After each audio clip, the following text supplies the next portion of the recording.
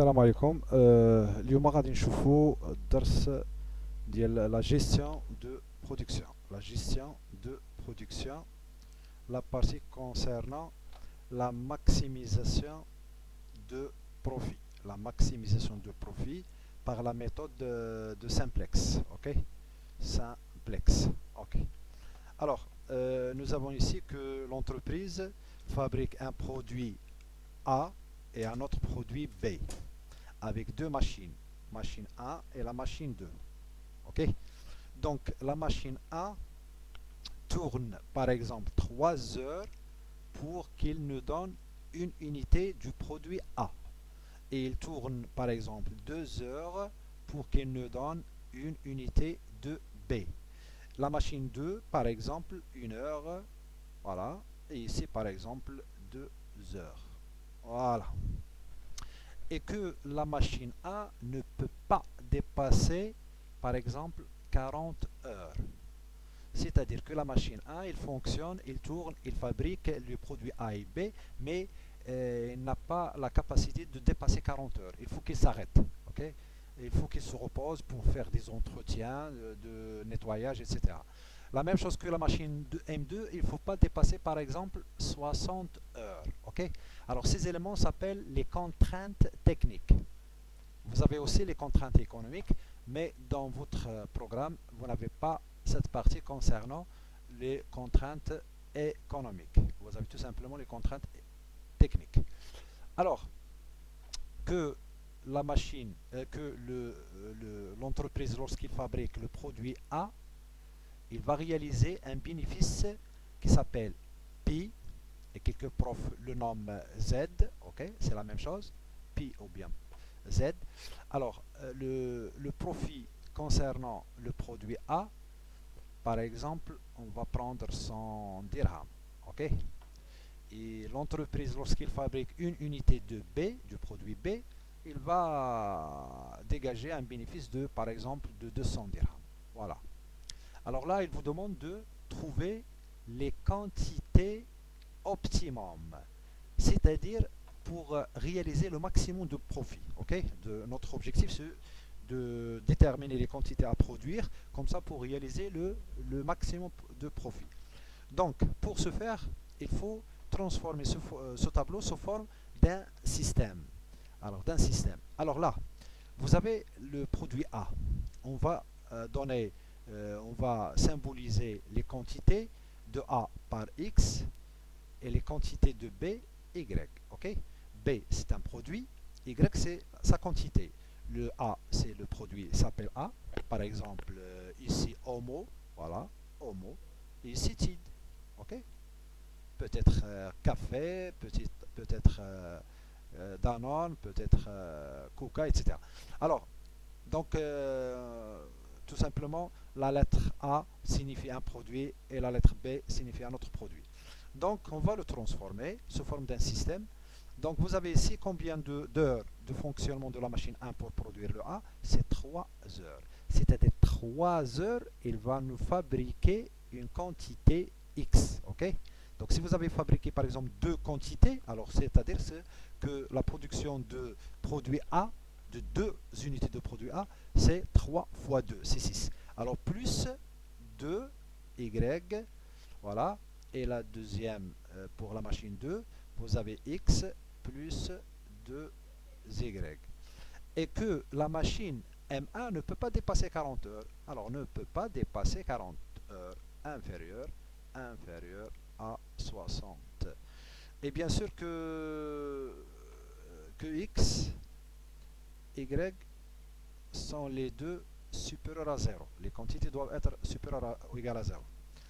Alors, et ce qui concerne le pi, donc pi, voilà, pi ou bien z, quoi est égal à 100 x.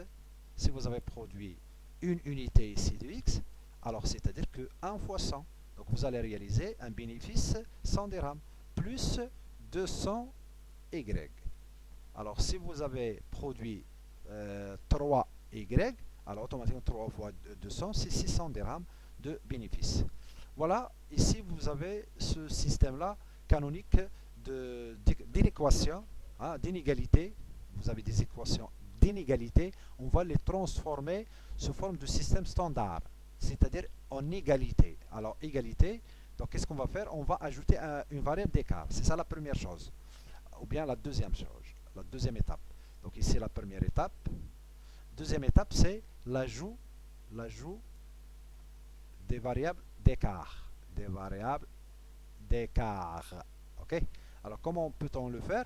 Pourquoi ajouter les variables d'écart? C'est tout simplement pour rendre ce symbole d'inégalité en égalité. Par exemple, vous avez 3x plus 2y, voilà, plus une variable d'écart E1 est égale à quoi? Est égale à 40.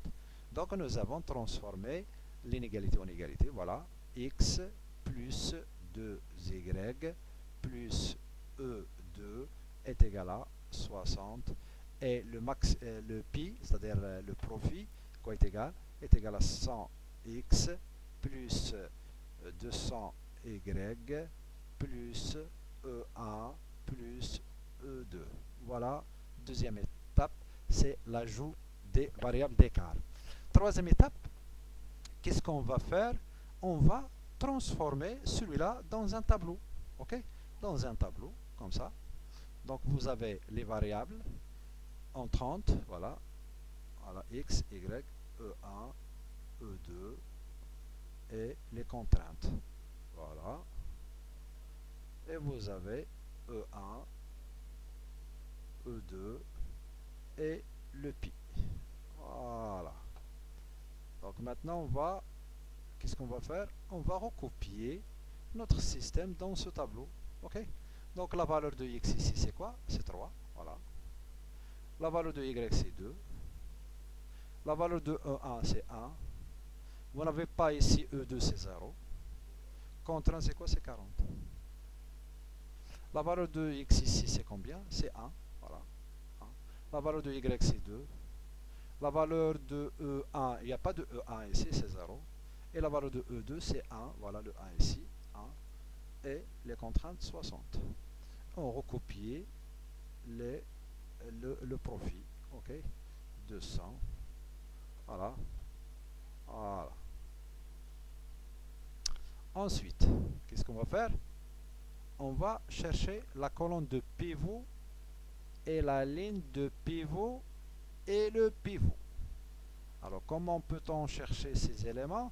Alors, la colonne de pivot, c'est quoi? C'est tout simplement, c'est le maximum de Z, ok, de profit. Et le maximum de profit de celui-là, qui s'appelle Z, alors le maximum, c'est celui-là, c'est 200.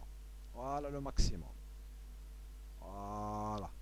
Voilà la colonne pivot. Pourquoi? Parce que vous avez ici le plus grand. Vous avez ici 100, 200, 200 c'est le plus grand. Ok? Donc, la colonne pivot qui est égale à Y. Maintenant, on va chercher la ligne de pivot.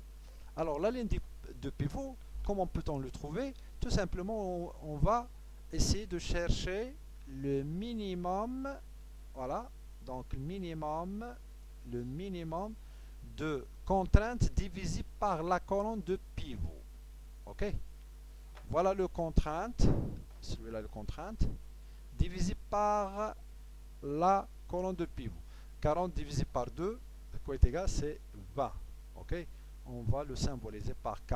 40 divisé par 2, c'est 20. Et 60 divisé par 2, c'est 30. Où se trouve le minimum? C'est celui-là. Ok? Le minimum est égal à 20. C'est-à-dire la ligne pivot, quoi est égal à E1. Donc, voilà la variable entrante et voilà la variable sortante. Ok?